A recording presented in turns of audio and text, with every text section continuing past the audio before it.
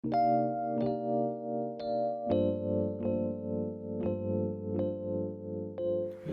Alaska Teen Media Institute, this is Podcast in Place, Youth Stories from Quarantine, a series about youth in Alaska during the COVID-19 pandemic. We're bringing you stories, interviews, and audio diaries from teenagers and young adults stuck indoors without anything else to do. I'm ATMI producer Kendrick Whiteman, recording this on an Olympus digital voice recorder in an apartment since the main ATMI studio is closed for the time being. Today we will be hearing from ATMI producer Ryan Danigole. We heard from Ryan a couple episodes ago when he interviewed his mother about working as a nurse in a local hospital. But the Danigole family story did not end there. Before COVID was declared a pandemic, Ryan's father got a job out of state and the whole family was set to move to New York. And they're still planning to move, granted, they are moving to Albany, not New York City, but moving anywhere is a much bigger deal than normal right now. So Ryan sat down with his parents to talk about the prospect of moving across the country amidst a pandemic, anxieties about being so close to the epicenter of cases in the U.S., and their hopes for the future. Here is Ryan Danigole reflecting on the situation and his interview with his parents, recorded in his home studio on May 10th, 2020.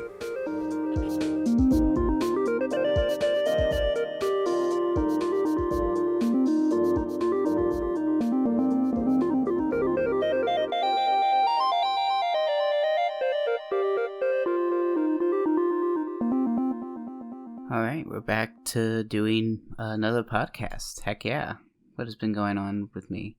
Well, recently nothing new has happened to me since the last time I came on here. I finished up my semester in college. That's pretty much it, and now we're starting to box up to move to Albany, New York, I believe. So that'll be fun. Which, at first listening, we got our confirm right before the COVID pandemic kind of happened. So at first I was like really excited. I'm like, heck yeah, let's do this. We're gonna go to New York, have some new time, have a new adventure. And then this happened. I'm like, oh, well, hopefully it's not hit too hard. And then I hear it's like essentially like the epicenter of it all. It's like this has been hit the hardest, and nothing has really changed since then. And so that was fun to learn about. I'm like, oh great, so we're moving right into it, aren't we? They're like, yep. Exactly. I'm like, that's what we want.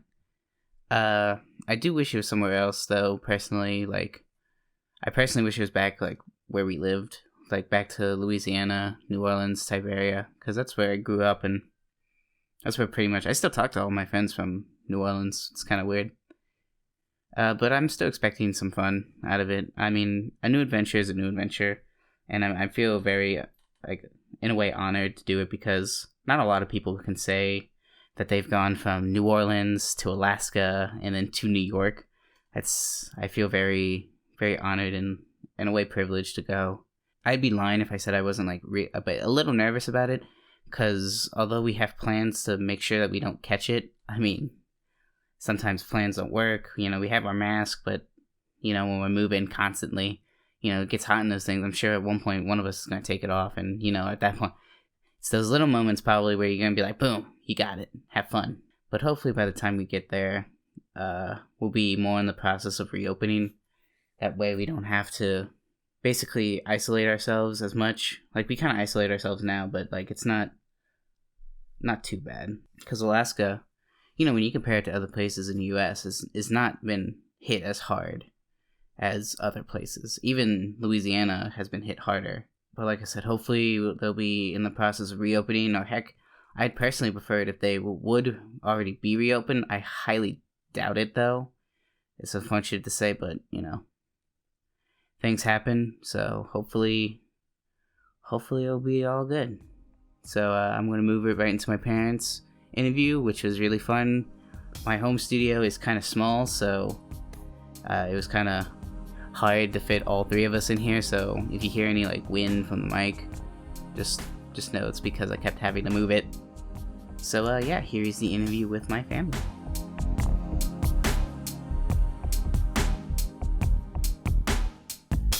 So when do you think we'll be heading to New York? I believe we're going to head to New York sometime at the end of July to the beginning of August. So how do y'all feel about moving to New York? I think it'll be a new adventure and something that will be good for all of us. Oh, I'm excited. I'm happy to be going into the lower 48, so we're closer to family and friends. So how was y'all's first reaction to hearing that we were going to New York? I thought it was going to be a wonderful opportunity to be able to live in the Northeast, to see things that we had not seen before and visit new places. I was so excited I cried, but it's more to get out of the winters and actually have 4 long seasons. So do y'all wish it could have been somewhere else? Do you have somewhere where you prefer to be instead of New York or here? That wasn't the only choice. Maybe something a little warmer in the western part of the United States. However, that's the job that I got, and was excited to go there. Yeah, we were looking into areas like Sacramento and Albuquerque and El Paso and places like that. But everything happens for a reason, so we're pretty excited about the opportunity. So did y'all think about not taking the job in New York once all this COVID-19 stuff started happening? No, that was nothing that had ever crossed my mind. Seeing what happened during SARS, which was similar to this, and knowing that it'll run its course and that'll be it, if it goes the same way as SARS, which I believe it will. No, we're not going into New York City, and in my profession, I'm exposed to a lot of stuff anyway, so as long as I keep doing the proper precautions, I'm safe. What are y'all expecting out of New York? Just an opportunity to see a different area of the country than we've ever seen before, to experience the New England states and everything that has to offer. We're also looking forward to exploring the historical aspects of those New England states. You're close to D.C., you are close to New York City, Virginia, Vermont, Niagara Falls. Things that we are interested in and would love to see and have an opportunity to see. And this opens those doors for us. So are y'all a little nervous from going from Alaska, which is pretty easily one of the least hit places in the U.S., to going to New York, which a lot of people could consider the epicenter, where, it has the highest amount of people who have contracted the virus? No, I'm not concerned. The area of New York that we're going to has a very low infection rate, especially compared to New York City, and taking the personal responsibility of knowing how to socially distance and just simply washing your hands. And so, no, there's no reason to be nervous about going. Yeah, again, we are not exactly social people outside of our family anyway. So we kind of hang out with our own little group of ourselves. So I wasn't really nervous about going to an area or a state that was hard hit. I mean, it could be any state that could be hard hit. Alaska could be hard hit at some point. We don't know what our numbers are going to do here. So again, we just have to be safe and smart with what we're doing. So do we have any plans while we move to make sure that we don't catch it or have a risk of catching it, besides social distance and washing our hands? You have any? No, that's it. As long as you don't touch your face, you're not going to be infected. So keeping your hands washed and away from your face, and that's the biggest insurance policy to not catch it.